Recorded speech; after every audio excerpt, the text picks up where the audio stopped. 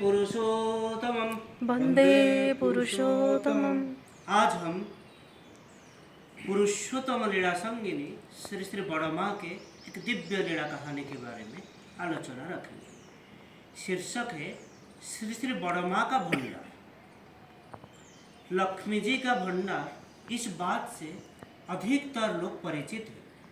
इस भंडार से जो कुछ मांगा जाता है वही मिलता है। श्री श्री बड़ माँ श्री श्री ठाकुर जी की इच्छा पूर्ति के लिए सर्वदा प्रस्तुत रहती थी। जो वस्तु बाजार में कहीं भी खोज कर नहीं मिलता था वह श्री श्री बड़ माँ के भंडार में मिल जाता था। श्री श्री बड़ माँ का ये अभ्यास था कि कई वर्ष पुराना कोई भी चीज़ उसको बीच बीच में वो झाड़ पोंछ कर धूप में सुखाकर रखती थी। इसीलिए कोई दुष्प्राप्य वस्तु भी उनके भंडार में मिल जाता था और वो भी इतना साफ सुथरा रहता था कि लगता है कि ये बहुत दिन पुराना कोई वस्तु नहीं है। ऐसे लगता था कि ये कोई नया चीज़ है।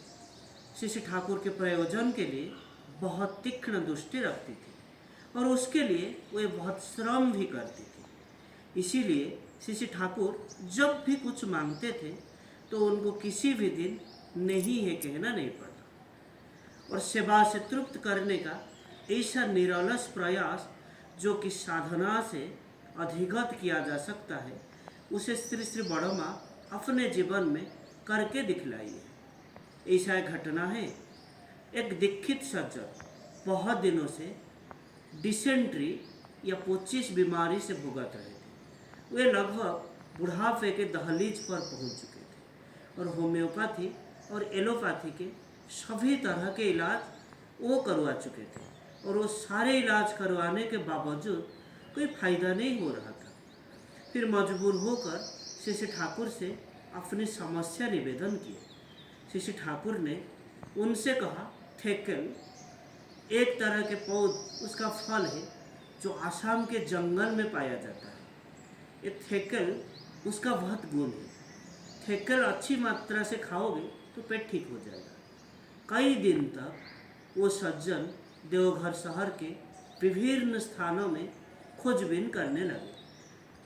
सारे जगह पे खोजबीन करने के बाद भी थेकल के बारे में कोई कुछ बता ही नहीं सका। अंत में मजबूर होकर वो पुनः श्री श्री ठाकुर के नज़दीक आकर बोले, ठाकुर, यहाँ तो किसी को भी कोई भी व्यक्ति इस थेकल के बारे में कुछ बता ही नहीं सका। अब आप ही बता दे कि यह मुझे कहाँ मिल सकता है। श्री श्री ठाकुर ने कहा, एक काम करो, एक बार बड़ी बहू से जाके पूछो तो। मुझे याद आ रहा है कि बहुत दिन पहले आसाम का कोई व्यक्ति मुझको ला कर ही दिया था।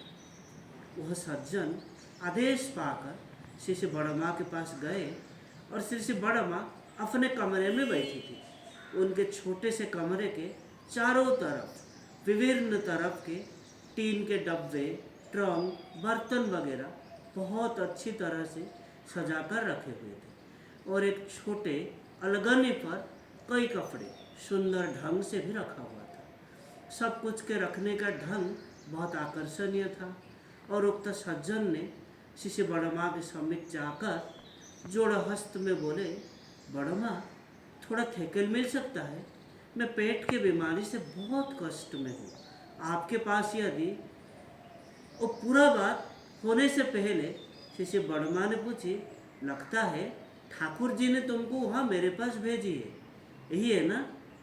थोड़ा देर ठहरो, मैं देखती हूँ कहाँ है। और इतना कहकर वो नज़दीक में खड़ी अम्मी माँ से बोली, वो दक्षिण की तरफ के जो बड़े बड़े डिब्बे उनके नीचे उतारो और उनमें से किसी एक में देखो तो नीले रंग का एक छोटा डब्बा होगा और उसे निकाल कर ले आओ।